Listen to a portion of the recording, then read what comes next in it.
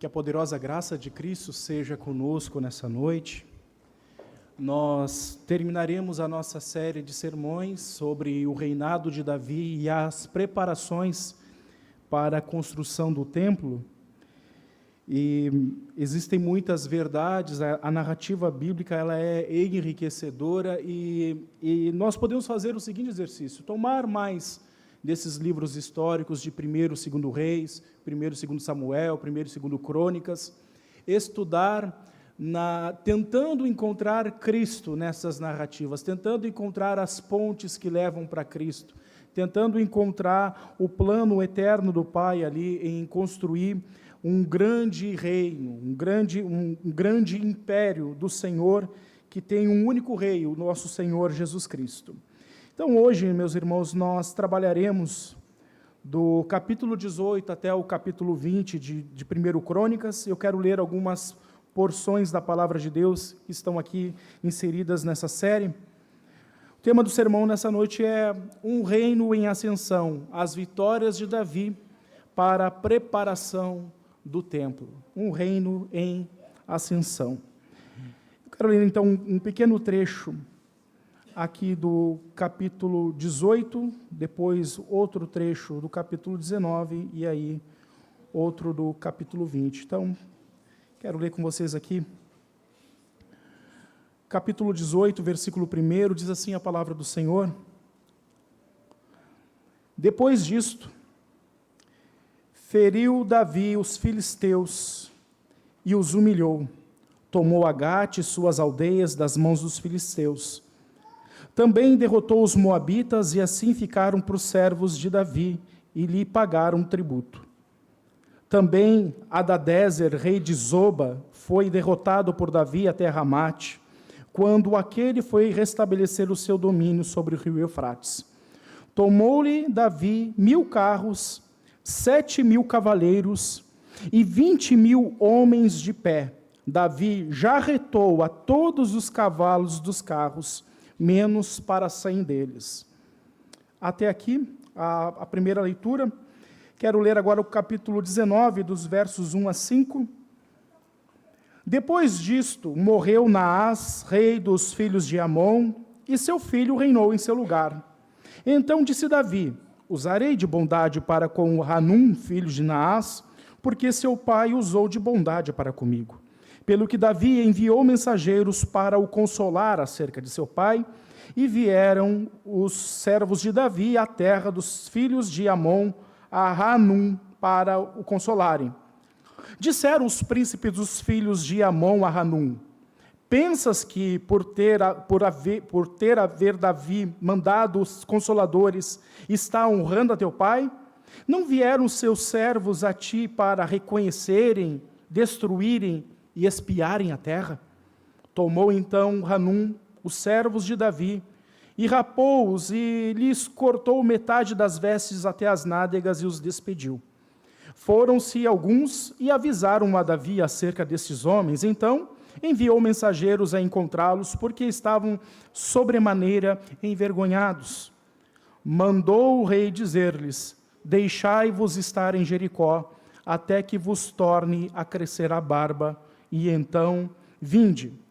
E agora o capítulo 20, dos versos 4 a 8. Depois disto, houve guerra em Gezer contra os filisteus. Então Sibecai, Sibecai, o Uzatita, feriu a Sipai, que era descendente dos gigantes, e os filisteus foram subjugados. Houve ainda outra guerra contra os filisteus. A Elanã, filho de Jair, feriu a Lami, irmão de Golias, o geteu, cuja lança tinha haste como eixo de tecelão. Houve ainda outra guerra em Gate. Havia ali um homem de grande estatura, tinha 24 dedos, 6 em cada mão e 6 em cada pé. Também este descendia dos gigantes. Quando ele injuriava a Israel, Jonatas, filho de Simeia, irmão de Davi, o feriu. Estes nasceram dos gigantes em Gate e caíram pela mão de Davi, e pela mão de seus homens. Até aqui, então, a leitura da palavra do Senhor. Oremos mais uma vez. Bendito Deus, nós te louvamos pela tua palavra, que é bendita, rica, eficaz, poderosa, e pedimos ao Pai que o Senhor venha a trabalhar no nosso coração, como foi apresentado nas orações aqui, que o Senhor não venha só nos trazer o conhecimento, mas a aplicação, a transformação, a subjugação do nosso ser à tua palavra, e o conforto e consolo de que tu estás controlando todas as eras, cada uma das variáveis que cobrem este mundo, que o Senhor reina de forma poderosíssima neste mundo. Nós te louvamos e te agradecemos em nome de Jesus Cristo. Amém. Então, nós vimos aqui um reino em ascensão. E na nossa série de sermões, que iniciou lá, já no início de março, nós vimos os capítulos 11 e 12, sobre um exército que foi constituído para o reino de Yahvé. E essas são campanhas militares até o capítulo 20. Nós vimos que um exército foi levantado por Davi para derrotar a rebelião ainda existente, outros povos que ainda faziam parte ali da região de Jerusalém, os jebuseus. Vimos que era um exército extraordinário, era um homem simples, muitos deles eram homens desacreditados que estavam escondidos na caverna de Adulão, e esses homens que eram pessoas desacreditadas foram tomadas e colocadas como grandes guerreiros poderosíssimos e usados até mesmo de forma sobrenatural. Heróis que a Marvel, o universo da DC Comics, eles ficariam impressionados, tamanha agilidade e força desses guerreiros em derrotar gigantes e tropas, ou um homem derrotando 300, 400, 500 homens com apenas uma lança. Nós vimos também que esse exército era um exército numeroso, voluntário e disposto para trazer conquistas, não para Davi, mas para a glória de Deus. Nos capítulos 13 a 16, nós vimos sobre o conhecimento e a disposição para o serviço da adoração. Nós vimos que Davi, depois de todas as suas campanhas militares, ele procurou com grande satisfação e desejo trazer a arca do Senhor para a cidade de Davi, para Jerusalém, mas ele fez do modo errado. Ele seguiu o rito da liturgia do culto mundano, usando ali o rito do culto filisteu para colocar a arca para ser levada por bois. E nós vimos que muitas vezes existem muitos movimentos que apresentam uma adoração bestial, uma adoração emocional que está divorciada do conhecimento. E Deus, ele requer conhecimento, porque o conhecimento é que subjuga as nossas emoções para prestarmos um culto inteligente e racional a Deus. E nós vimos que Davi, então, ele se dispôs a corrigir essa liturgia da adoração, e ele consegue levar a arca do Senhor por meio de inúmeros sacrifícios. A cada 6 passos sacrificava um animal, e a arca, enfim, chegou à cidade de Davi ali, e ficou segura ali na cidade, representando a presença de Deus. Nós vimos domingo passado, Crônicas capítulo 17, sobre as verdades a respeito da simplicidade de Deus, a promessa de um descendente e a resposta de adoração às verdades que foram apresentadas por Deus. Davi foi constrangido por Deus pela sua simplicidade, ele morando numa casa de cedros, Deus numa barraquinha tranquila ali, e mostrando que o próprio Deus é um Deus simples, e ele testifica isso também por Cristo. Cristo se apresentou de forma humilde, de forma simples. Cristo era aquele que fazia aquele ajunta-panelas agradável ali para poder ter comunhão com os seus discípulos. Nós vimos então a simplicidade de Deus, vimos a promessa de um descendente, vimos que Deus prometeu a Davi que o trono de Davi se estabeleceria para sempre, apesar dos seus pecados, e Davi cometeu pecados gravíssimos. E o capítulo 21, se você ler em casa, Davi ele chega a desejar tornar aquele reino um império para a sua glória, e ele foi ali disciplinado por Deus. Mas nós vimos também que Davi ele era um homem que era constrangido por Deus, e ele mostrava esse constrangimento por meio da adoração. Ele se rendia: Senhor, quem sou eu? Quem é minha família? Qual é o meu nome? Qual é a minha glória? Para que eu venha receber tudo isso do Senhor. Deus simples, humilde, chamando homens simples e humildes, tirando homens do monturo para se tornarem reis, governantes e até mesmo sacerdotes. Então, Davi, ele traz essa mensagem para nós. E agora, meus irmãos, nós podemos ver que nesses 3 capítulos, 18, 19 e 20, Davi agora, por meio dessa promessa adquirida no capítulo 17, essa promessa da aliança, essa promessa de um trono estável para sempre, ele começa agora a trazer uma segurança política, geográfica e militar para a região de Israel.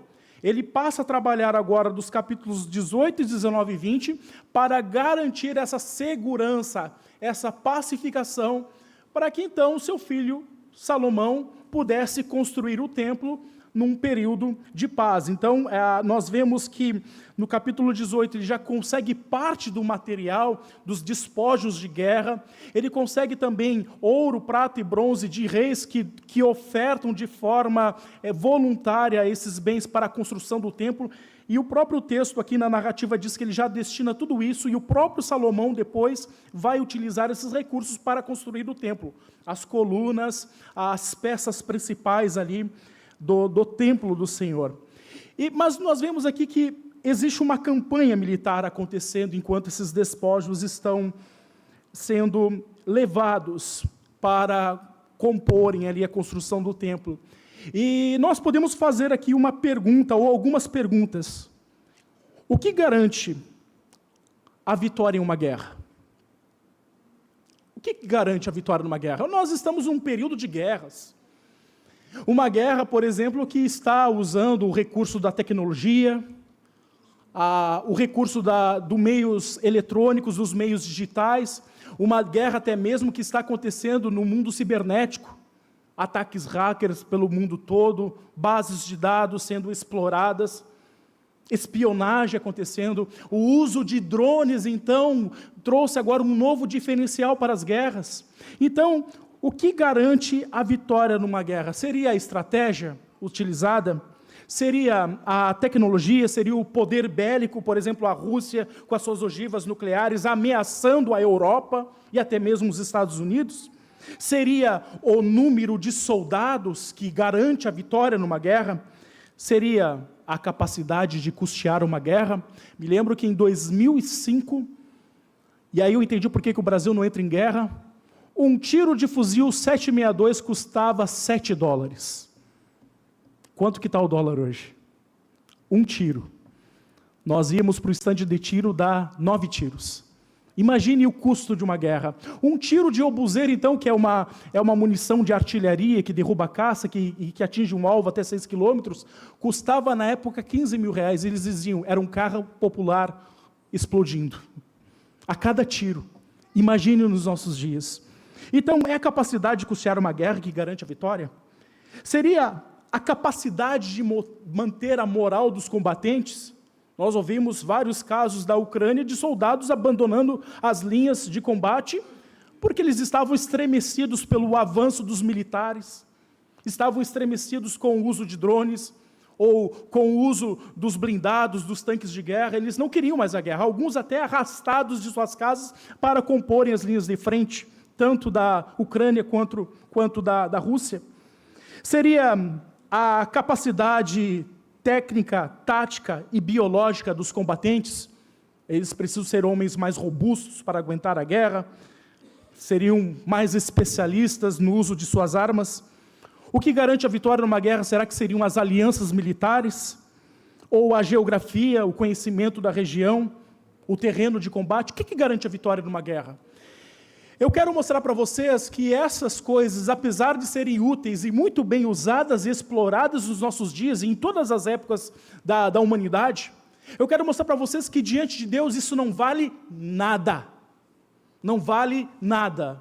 Estratégia, tecnologia, poder, tática, robustez dos soldados, aporte biológico para o combate, tudo isso não vale nada diante do Senhor dos Exércitos. E eu quero mostrar aqui para vocês essas verdades, por exemplo, no capítulo 18, que as vitórias de Deus não dependeram da tecnologia.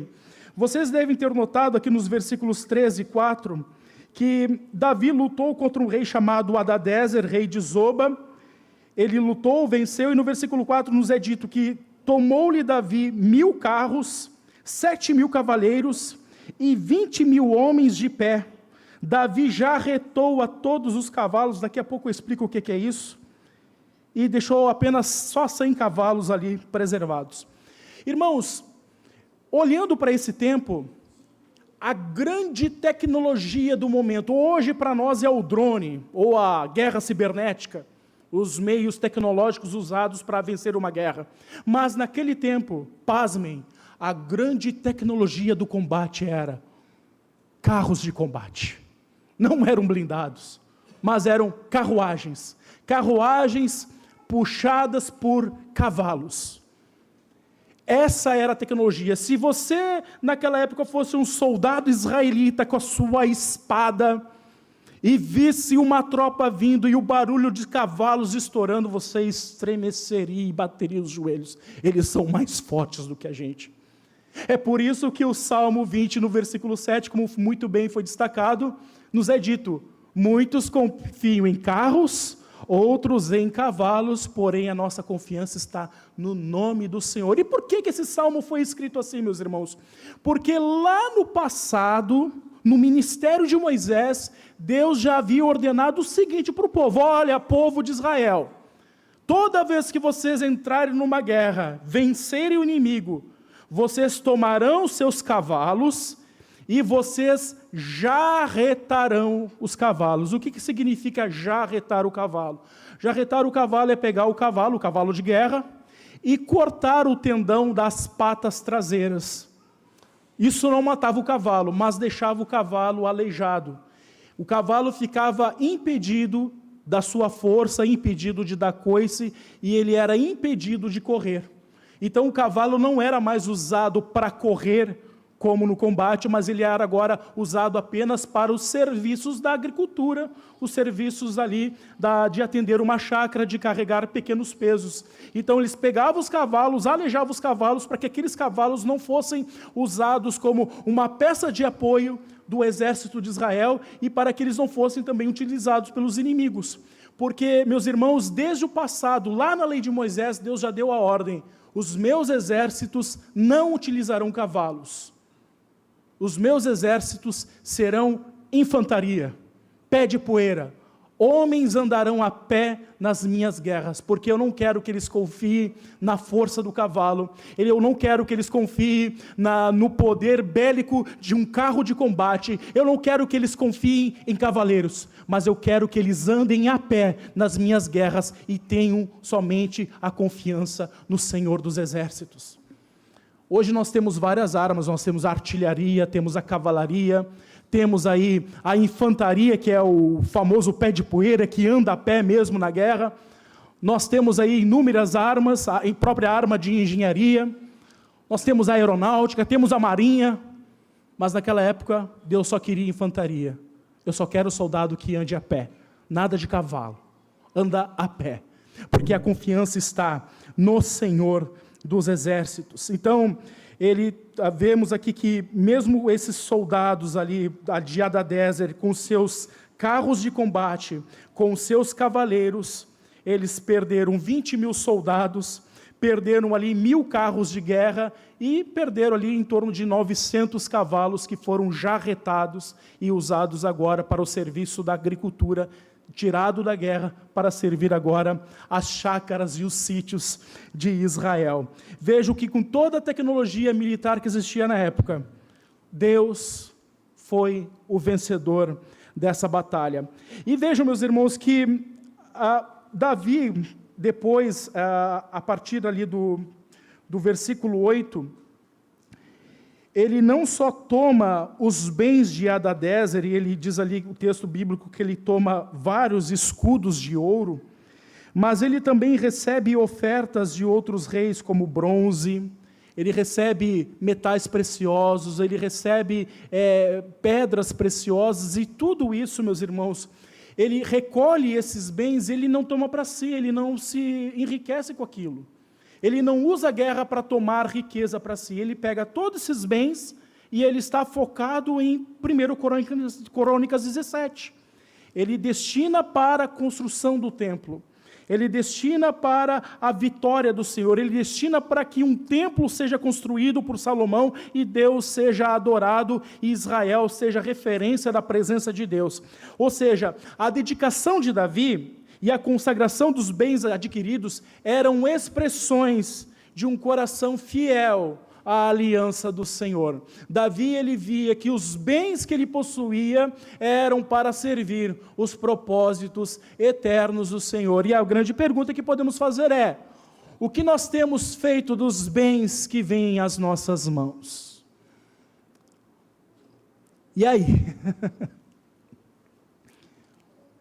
Ouro, prata, escudos de ouro, tudo isso ele pega, poderia colocar aqui no meu palácio, na minha casa de cedros, poderia colocar aqui oficiais aqui, mostrando a glória das minhas vitórias, mas ele pega tudo isso, manda para o templo, deposita na conta do templo, para que o templo tenha material de excelência. E nós, meus irmãos? Às vezes nós agimos tão mesquinhamente, né? Às vezes a gente retém até aquilo que é do Senhor, retém o dízimo, retém a oferta, a gente pensa, Deus não precisa. Não, meus irmãos, Deus não precisa, realmente, mas Deus, Ele está usando a sua vida, Deus está te usando no propósito eterno, para que Ele continue expandindo o seu reino por toda a face da terra. E por que você ainda retém aquilo que é do Senhor?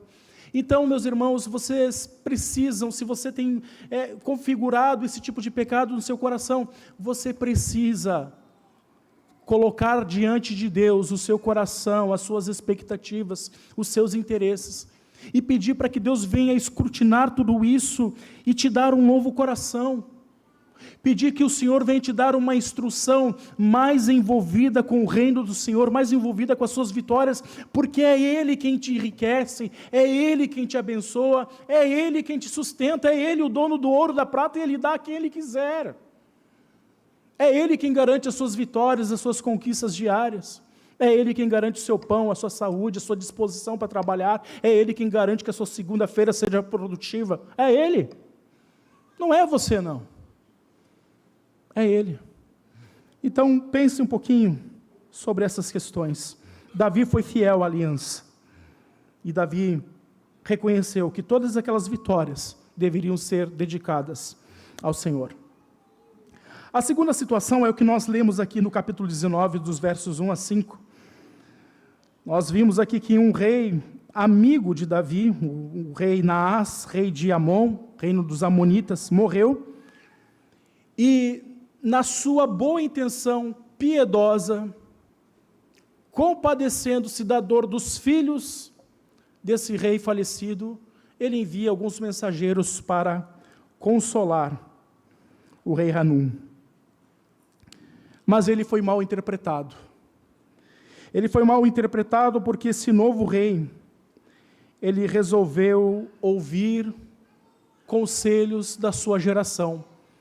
Ontem nós falávamos aos jovens aqui da federação, destacando que nós temos que parar de ouvir os conselhos dessa geração presente e começar a ter hábitos de sentar com os anciãos da geração passada, de aprender com eles, de ver como que eles resolveram os seus problemas.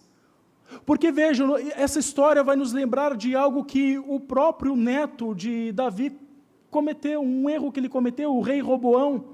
O rei Roboão escutou os seus anciãos a respeito ali do problema dos impostos altíssimos, dos seus súditos reclamando que pagavam demais para manter todos os serviços e todos os programas do governo. Eles disseram, puxa, diminua um pouco os impostos, nós trabalhamos para o teu pai, construímos o templo, mas diminua, a carga está pesada. E ele resolveu escutar os anciãos.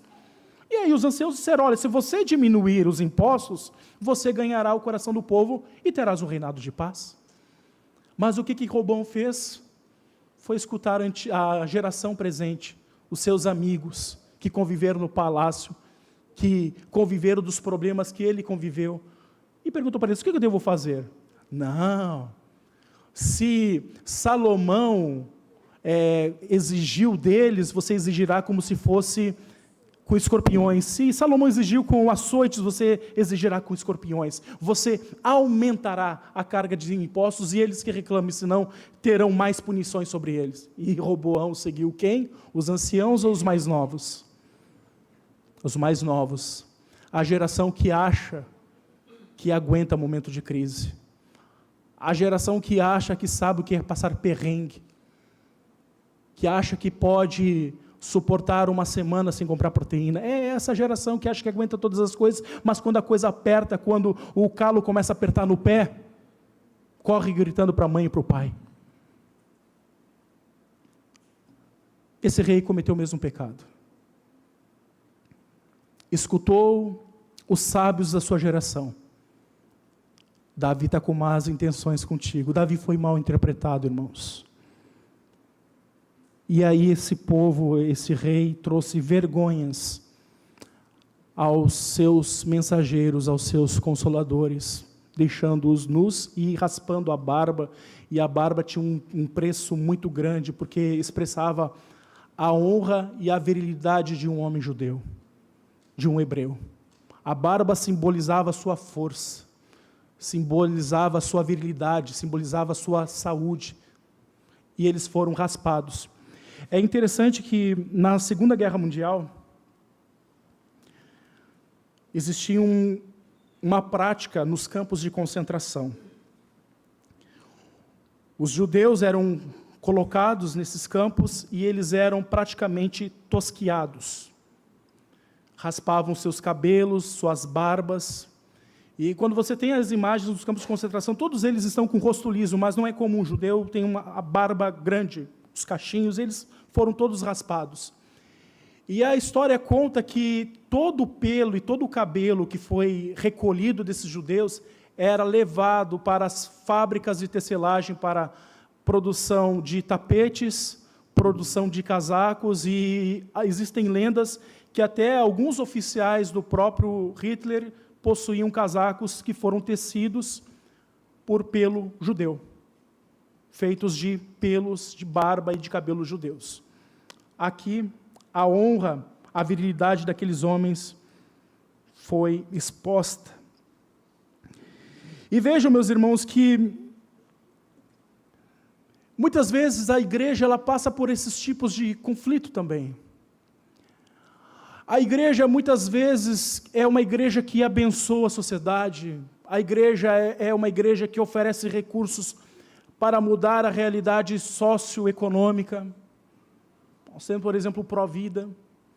Nós temos, por exemplo, a pregação do Evangelho que muda os anseios das pessoas, deles começarem a desejar, buscar uma mudança de vida, uma mudança de perspectiva com respeito aos estudos. Existem até casos de estudos de igrejas colocadas em comunidades que mudam a realidade das pessoas ao ponto delas terem uma qualidade de vida tão melhor, que elas acabam se mudando da comunidade para lugares mais tranquilos. E a igreja ele tem esse poder abençoador de mudar a mente das pessoas, de iluminar o coração delas, fazendo com que elas passem a desejar uma qualidade de vida por causa do Evangelho. O Evangelho abençoando, o Evangelho abrindo portas, o Evangelho melhorando a intelectualidade dos crentes, o Evangelho trazendo mudanças significativas. Mas o mundo, esse mundo que jaz no maligno, ele olha para a igreja e interpreta de forma errada, muitas vezes.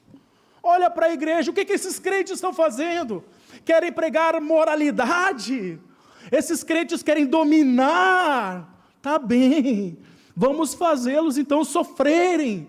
Vamos expor esses crentes, vamos envergonhá-los, vamos deixar com que os filhos dos crentes entrem nas universidades e vamos expô-los. Colocá-los à vergonha, usá-los como motivo de chacota, de riso. Chamá-los de ignorantes.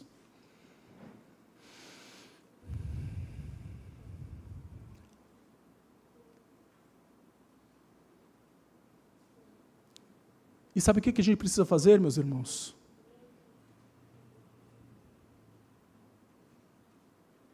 não fugir. Davi poderia ter recebido essa afronta de vergonha e ter dito, já que Hanun não quer que eu console, ele fica na dele, eu fico na minha. Espere lá os servos deixarem a barba crescer, e aí eles voltam para casa, vou fingir que nada aconteceu. Sabe o que aconteceria se Davi tivesse fingido que nada aconteceu? Os amonitas teriam recuperado seus territórios e teriam dominado sobre o reino de Davi. Não é isso que está acontecendo nos nossos dias? Vários crentes, várias igrejas, fingindo que não está acontecendo nada, quietos.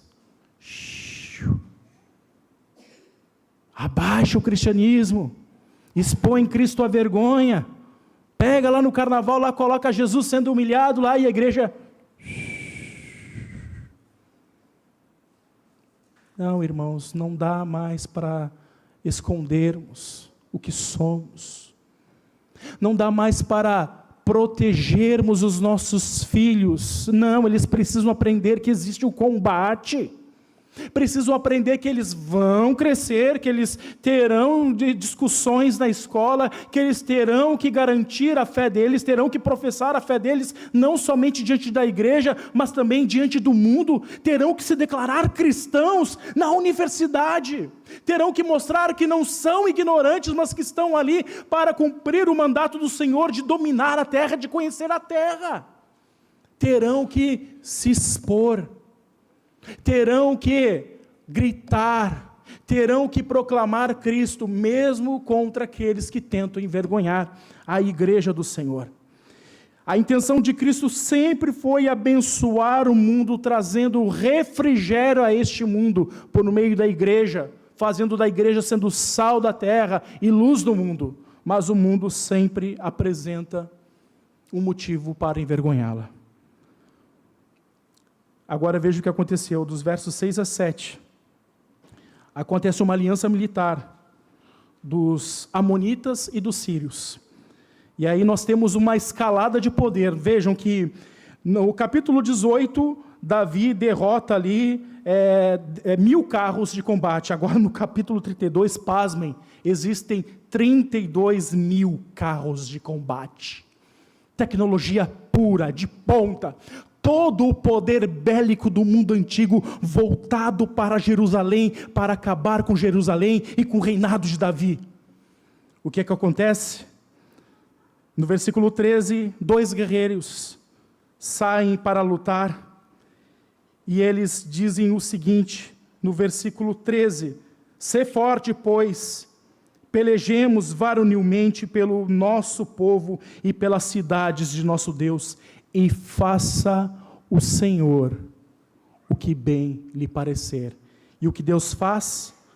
Dos 32.000 carros de combate, 7.000 cavaleiros são mortos, e 40.000 soldados são mortos. E no versículo 19, a aliança entre Amon e entre os sírios foi desfeita para nunca mais se levantarem contra a igreja do Senhor.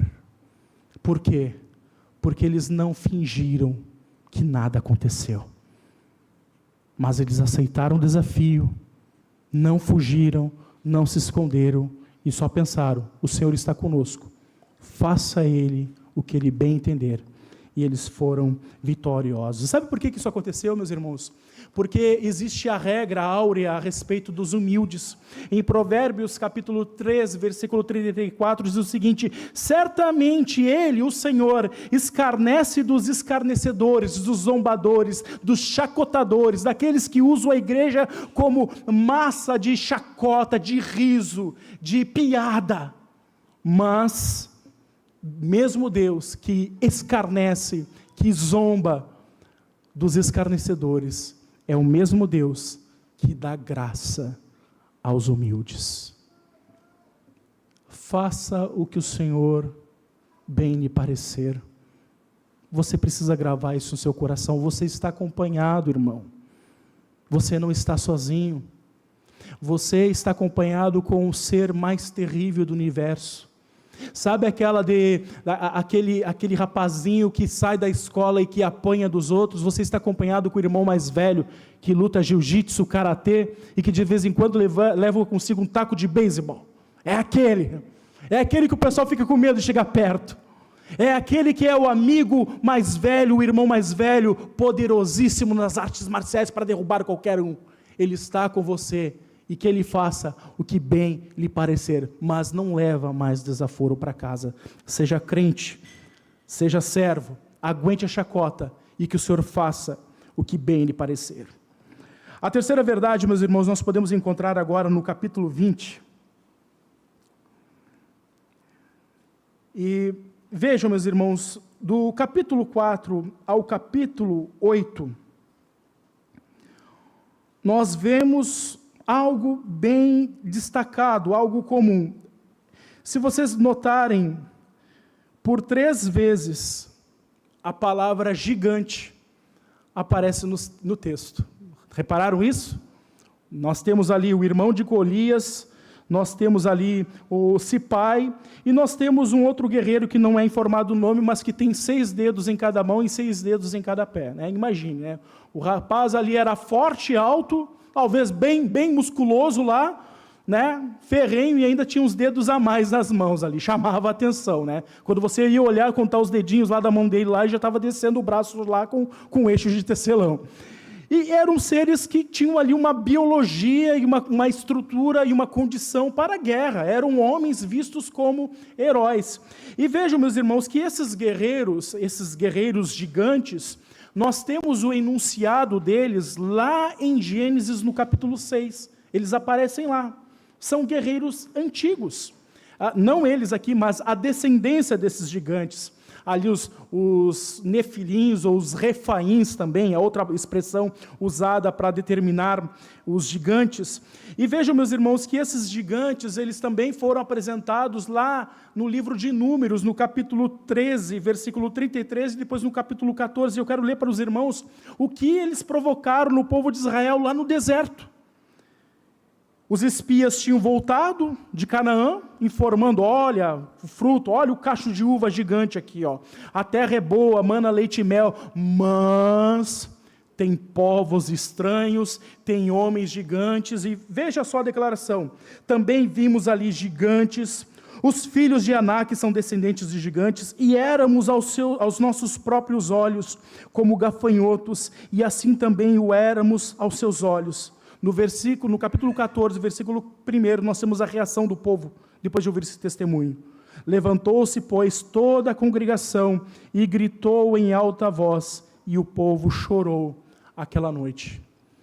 Deus tinha dito, vocês espiarão a terra, e vocês conquistarão Canaã. Eles já estavam há 40 dias no deserto. Era para ficar só 40 dias.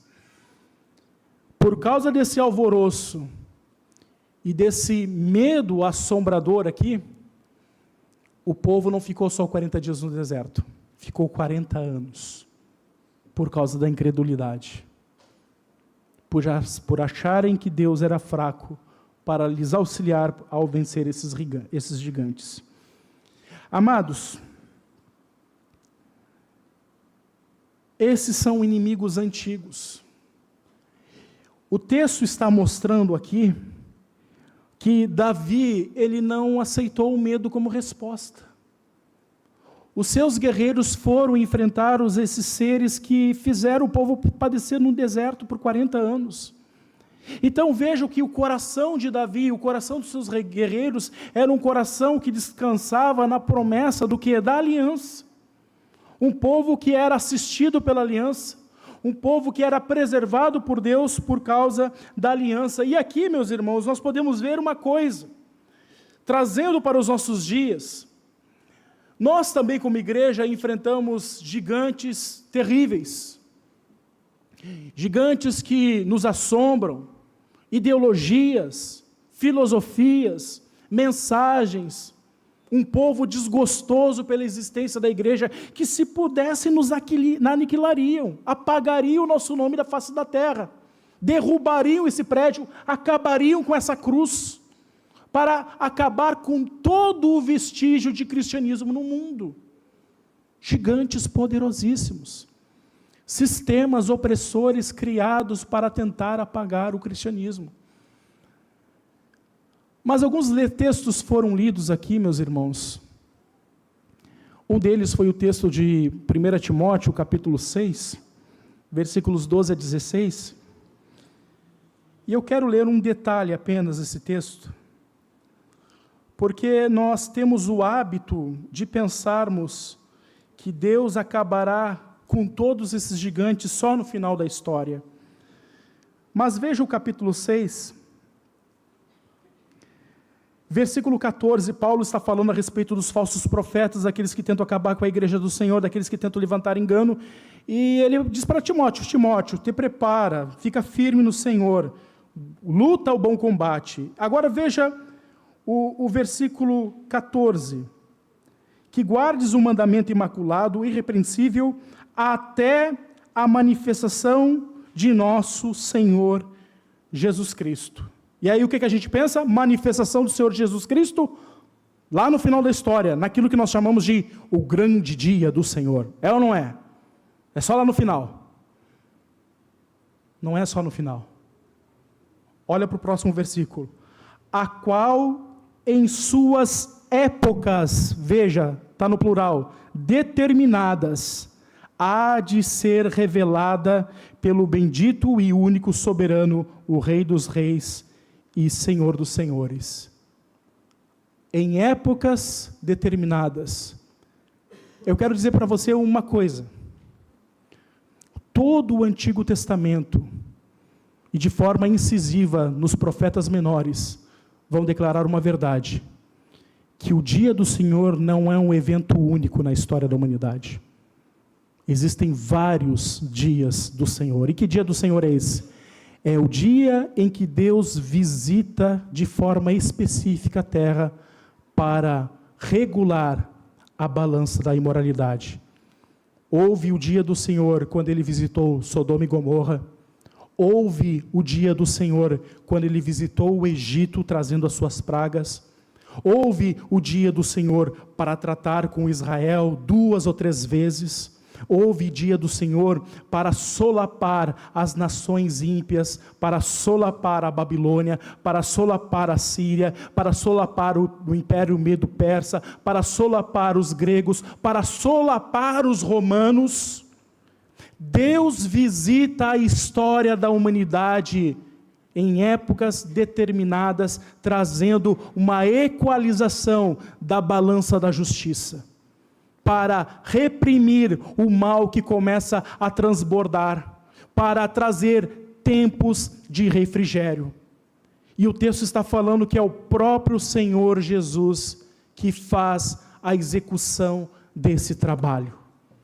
Dias do Senhor se manifestando na face da terra. Então, não perca a esperança e não se surpreenda se o mundo for visitado por agitos que você e eu não conseguiremos explicar. Talvez a pandemia de 2020 tenha sido um dia do Senhor. Talvez aconteça outros eventos que trarão esse tipo de experiência refreadora da imoralidade. E vejam, o próprio Senhor Jesus Cristo, Ele é apresentado aqui, meus irmãos, em Apocalipse, no capítulo 19, meus irmãos, versículo 16. Ele primeiro é apresentado como aquele que está sentado num cavalo branco, cujo as suas roupas está manchada de sangue, porque ele é um guerreiro, ele está percorrendo a terra conforme o Salmo 110, ele está derrotando os seus inimigos, e o instrumento que ele usa, pasmem, uma espada que sai da sua boca, que simboliza a sua palavra. A mesma palavra que traz salvação, é a mesma palavra que traz o testemunho de juízo iminente. A mesma palavra que mostra um caminho para termos comunhão com Deus por meio de Cristo Jesus, é a mesma palavra que diz assim, ó, ei pecador, se converta, porque senão o juízo baterá à porta da sua casa. É a mesma mensagem, uma espada de dois gumes, cortando para a salvação, cortando para o juízo, e essas coisas não são só para o final da história. Deus continua visitando a história. Deus visitará o Brasil, Deus visitará Santa Catarina, Deus visitará Itajaí, Deus visitará na pessoa de Cristo Jesus, trazendo abalos e equalizando a balança da justiça. Deus visitará. E vejam que no versículo 16, nos é dito uma mensagem que deve nos causar arrepios. Tem no seu manto e na sua coxa um nome escrito: Rei dos Reis e Senhor dos Senhores.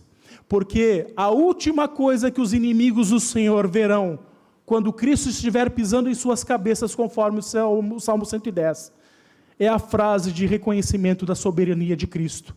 A última mensagem que eles verão não são palavras de consolo, mas eles verão, lerão e entenderão que quem os estará pisando é o Rei dos Reis e o Senhor dos Senhores.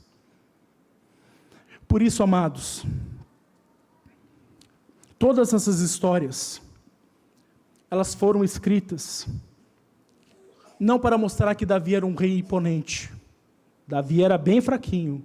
Capítulo 21 vai mostrar que ele cedeu à tentação. Mas as histórias foram escritas para mostrar que houve uma ascensão no reino do Senhor e que Deus queria que o seu reino fosse instalado por meio da figura do templo. Ele queria ser conhecido por todas as nações e a sua glória ser espalhada por toda a terra. Talvez o mundo de hoje te assuste, e ele assusta mesmo, ele é atormentador. Talvez você tenha medo de ter filhos por causa do mundo que nós vivemos. Eu ter filhos? Olha o mundo do jeito que está, olha a imoralidade, olha o desrespeito. Você talvez tenha medo disso. Você talvez tenha medo de colocar seus filhos na escola por causa disso. Mas eu quero dizer que ainda que você ande assustado, temeroso, eu quero te garantir, pela palavra de Cristo Jesus, que os inimigos do Senhor serão derrotados. Mais cedo ou menos tarde, os inimigos do Senhor serão expostos à vergonha, serão derrotados, colocados abaixo do chinelo Havaianas, pisados pelo próprio Senhor Jesus Cristo. Então, não ande sob o domínio do medo, não ande nunca mais. Não tenha medo de ter filhos, não tenha medo de colocá-los na escola, não tenha medo deles serem envergonhados ou serem ridicularizados por serem cristãos. Não poupe os seus filhos disso. Talvez aquela antiga canção lá do Oficina G3 dos anos 90, canção Davi, ela seja um bálsamo para os nossos dias. O gigante se levanta a cada dia, a todo momento nos tentando destruir, nos gestos e no olhar, tentando o quê? Nos tragar, ou então somente nos acovardar, mas sem espadas e canhão, porque do Senhor é a guerra. O inimigo vem ao chão, na força do braço de Deus. Não é para tocar aqui não, tá? Não é não. Sem espadas, sem tecnologia, sem cavalos de guerra, sem 32 mil cavalarianos, sem carros de combate, sem drones, sem guerra cibernética, sem nada disso. O mundo gigante se levantando, vamos destruir. O braço do Senhor os aniquilará, e a única coisa que eles verão será o manto do Senhor e a coxa de Cristo, Rei dos Reis e Senhor dos Senhores. E por isso nós louvaremos ao Senhor em resposta a essa verdade, desse reino que está em ascensão, dessas vitórias que são tomadas para a glória de Deus, pela alegria que nós temos de sermos esses combatentes valorosos, chamados para guerrear e não temermos a época em que nós vivemos.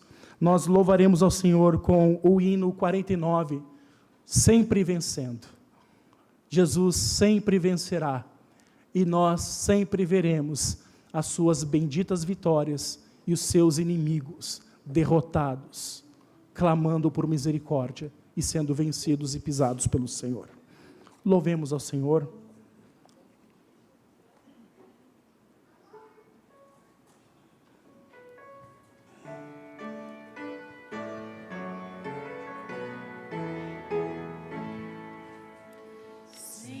vencendo, muito vitorioso, Cristo Jesus, o Senhor.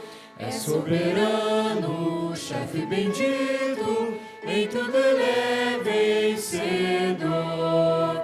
Ele o supremo guiando, com seu imenso poder. Todos avante, pois crentes, todos lutar e vencer. Não é dos fortes a vitória, nem dos que correm melhor, mas dos fiéis e sinceros que seguem junto ao Senhor. Sempre vencendo, muito vitorioso, Cristo Jesus, o Senhor. Em suas hostes inumeráveis, seu grande império e fulgor. Em seu governo demonstra cuidado e amor sem igual.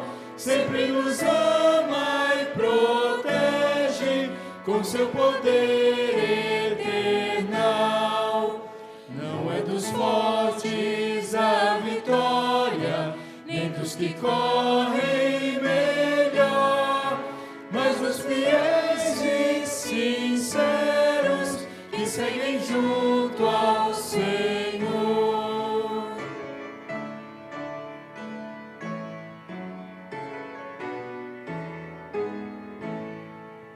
Sempre vencendo, muito vitorioso, Cristo Jesus, o Senhor.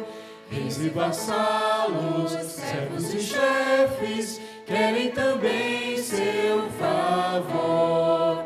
Senhor, desejo e te imploro que me permitas lutar sempre ao teu lado invencível, até meus dias findar. Não é dos fortes a vitória, nem dos que correm melhor, mas dos fiéis e sinceros que seguem junto ao Senhor. Uns confiam em carros, outros em cavalos, outros em riquezas, outros em tecnologia, outros em patrimônio, outros em renome, mas nós confiaremos no nome do Senhor dos Exércitos. Senhor Deus, nessa confiança, nós queremos colocar a nossa vida sujeita às tuas ordens, porque o Senhor é o nosso general, o nosso marechal, aquele que nos chamou para a guerra, e de forma voluntária nós nos colocamos como servos do Senhor, para lutarmos com as armas espirituais que o Senhor nos deu, para lutarmos com uma vida piedosa, para lutarmos como testemunhas e embaixadores da chegada de um reino que nunca mais terá fim, do reino que foi visto nos sonhos perturbadores de Nabucodonosor, de um reino que tomaria toda a face da terra, de um reino que foi profetizado por Daniel, de um reino que foi apontado pelo profeta Isaías, de um reino que foi pregado por João Batista. O reino de Deus está próximo,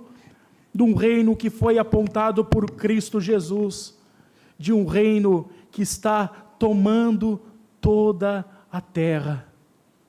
Ó Deus bendito, que o Senhor nos permita lutar, Senhor, com as armas da nossa milícia espiritual. Que o Senhor nos permita, Senhor, vermos os frutos do teu majestoso trabalho e reinado. Que o Senhor nos permita, Senhor, testemunharmos as mudanças de cosmovisão nas famílias do Senhor, nos filhos indo para a escola, para a faculdade, galgando, Senhor, o seu espaço na sociedade, sendo sal e luz, representando os valores do reino na política, na medicina, na farmacologia, na biologia, na ciência, nos esportes, na cultura, nas músicas, nas artes, na legislação. Que o teu reino cresça e que Cristo seja apresentado como aquele que é o grande guerreiro, o vencedor, que humilha os seus inimigos e impõe a sua soberana vontade. Nós te louvamos, ó Pai bendito, porque fazemos parte desse reino. Nós te louvamos, apesar dos nossos pecados, apesar do nosso medo e da nossa inconstância, o teu reino nunca mais terá fim. Abençoe-nos, ó Deus, para sermos servos úteis no teu reino, em nome de Jesus Cristo. Amém. Recebam a bênção. Que a maravilhosa graça do nosso Senhor e Salvador Jesus Cristo, o grande guerreiro, que o amor insondável de Deus, o Pai, o mantenedor desse reino, e que as consolações, a capacitação e as armas espirituais fornecidas pelo Espírito Santo sejam sobre vós, hoje e para todo sempre. Amém.